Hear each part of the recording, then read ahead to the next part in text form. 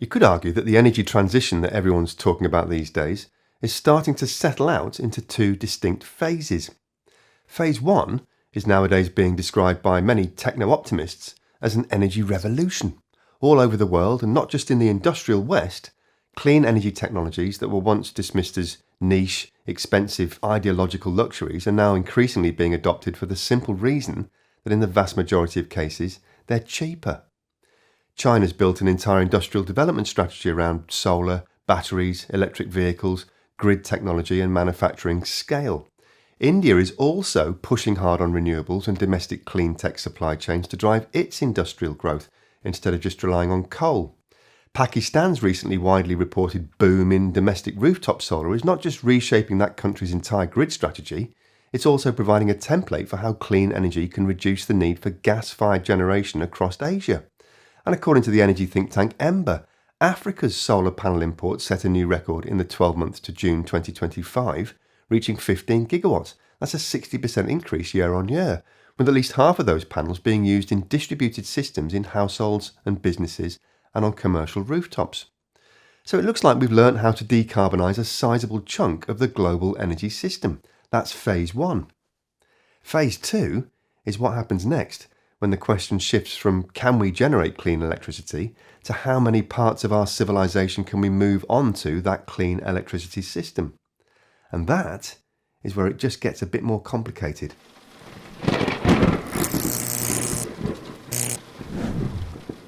Hello, and welcome to Just Have a Think.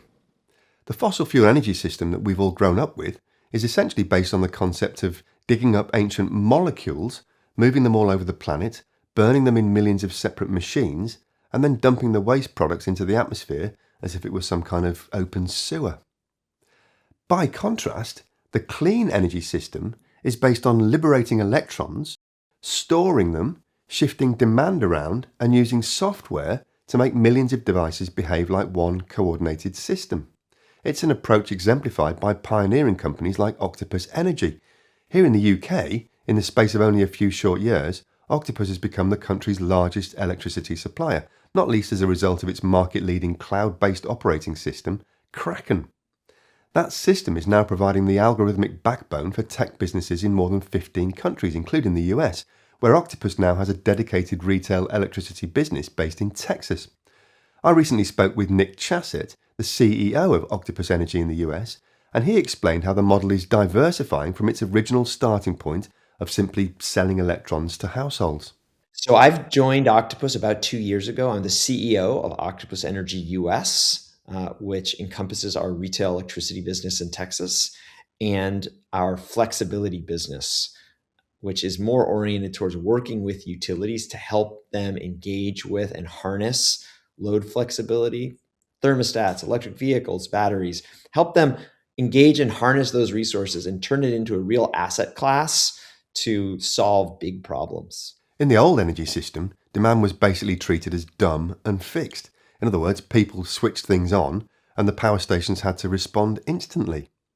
In the new system, demand can become intelligent. In the US, particularly in Texas, every home has an air conditioner and uses it, a significant amount of time during the year. Typically, people go home, 5 o'clock, 6 o'clock, they crank their air conditioner up to be able to cool their house down after it's been baking throughout the hot Texas summer day.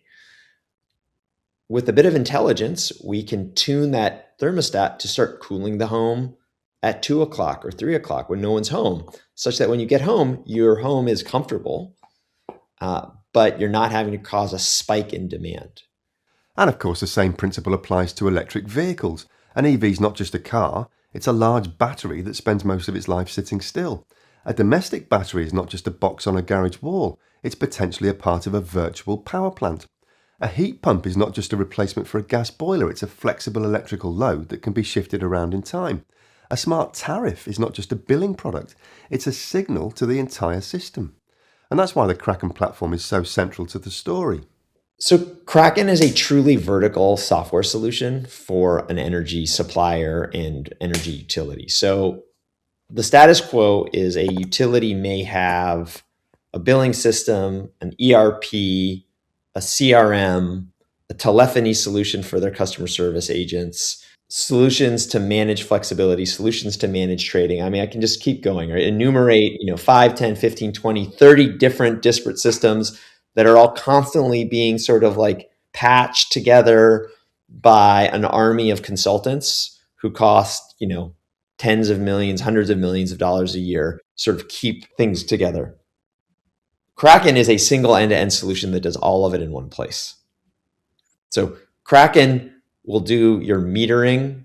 Kraken can do your billing. Kraken can do your customer service. Kraken can do your flexibility management. Kraken can facilitate operations and trading of your generation fleet, all in a single cloud-based solution. So just imagine the efficiency gains and the ease of use and the ability to imagine different and new solutions when you're operating in a single system, instead of always worrying, if I make a change here, there's 10 other systems that are unrelated that may have a cascading effect. That's the beauty and the power of Kraken. That's a pretty crucial technological step. One of the common arguments against renewables is that a grid full of solar panels, wind farms, batteries, electric cars, heat pumps and smart appliances must surely be impossible to manage. But that assumes the future grid will be run like the old grid, where some guy in a control room picked up a phone and asked a factory to slow down a bit if demand was too high. It won't. The future grid will be a cloud-based software-enabled system in which hundreds of millions of assets can respond in seconds, usually without us end consumers noticing anything at all. And that's why the clean energy transition is not just about replacing fossil fuel machines with electric machines. It's about replacing a wasteful, linear, combustion-based energy system with a much more efficient, much more responsive, digitally integrated network. Well, yes, that's all very well for domestic electricity and electric vehicles, Dave, I hear you cry. But what about cement? What about steel? What about shipping? What about fertiliser? What about industrial agriculture? What about aviation? Well, those are definitely the trickiest nuts to crack, no doubt about it. Steel is difficult because much of today's production still relies on coal-based blast furnaces. But low-carbon alternatives are now moving beyond the demonstration stage. Companies like Stegra in Sweden are building commercial-scale plants using green hydrogen to produce direct reduced iron, while the International Energy Agency says electrification, hydrogen and increased scrap recycling together provide a credible pathway to net zero emissions steel production. Cement is difficult because a large portion of its emissions come not just from the fuel, but from the chemistry of turning limestone into clinker. But manufacturers are already reducing emissions through lower clinker cements, alternative binders, electrified kilns, and carbon capture. Fertiliser is difficult because modern ammonia production is deeply tied to fossil gas through the Haber-Bosch process, but the chemical process itself doesn't necessarily require fossil fuels, it just needs hydrogen to join up with nitrogen. Companies like Yara, Fertiglobe and CF Industries are now developing green ammonia plants that replace natural gas with hydrogen produced by electrolysis using renewable electricity. And the IEA identifies low emissions ammonia as one of the key industrial transitions of the coming decades. Agriculture in general is difficult because methane and nitrous oxide are biological and chemical problems, not just energy problems. But solutions are beginning to emerge here too. Methane reducing cattle feed additives, precision fertiliser application, improved rice cultivation techniques, alternative proteins and precision fermentation all offer ways to reduce emissions without simply asking people to stop eating food, which probably wouldn't work, would it? Freight shipping and aviation are difficult because batteries are still too heavy for many long-distance applications. But these sectors already have several realistic pathways under development. In shipping, batteries are already proving effective on ferries and coastal vessels. And by the way, let's not forget that about 40% of the global shipping fleet is used to transport fossil fuels. So there's a very positive feedback loop just waiting to happen right there. Short-haul aviation is beginning to electrify, while sustainable aviation fuels and synthetic e-fuels are being developed for longer routes.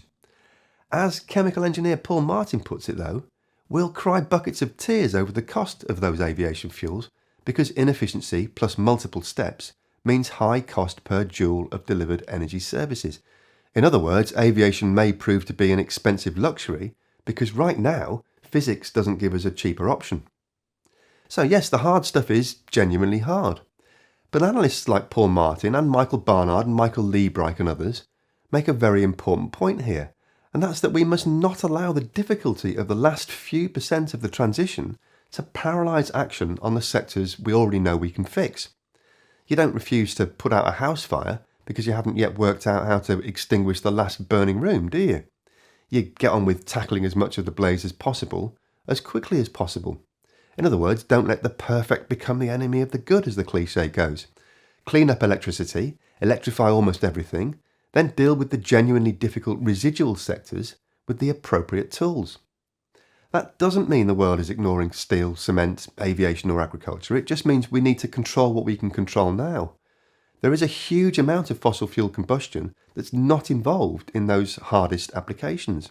It's involved in electricity generation, road transport, heating, cooling, cooking, and low and medium temperature industrial heat. And many of those applications already have workable electric alternatives. Even heavy industry contains some surprisingly low-hanging fruit. Not all industrial energy is in blast furnaces and cement kilns. A lot of it is in steam, hot water, and lower temperature process heat.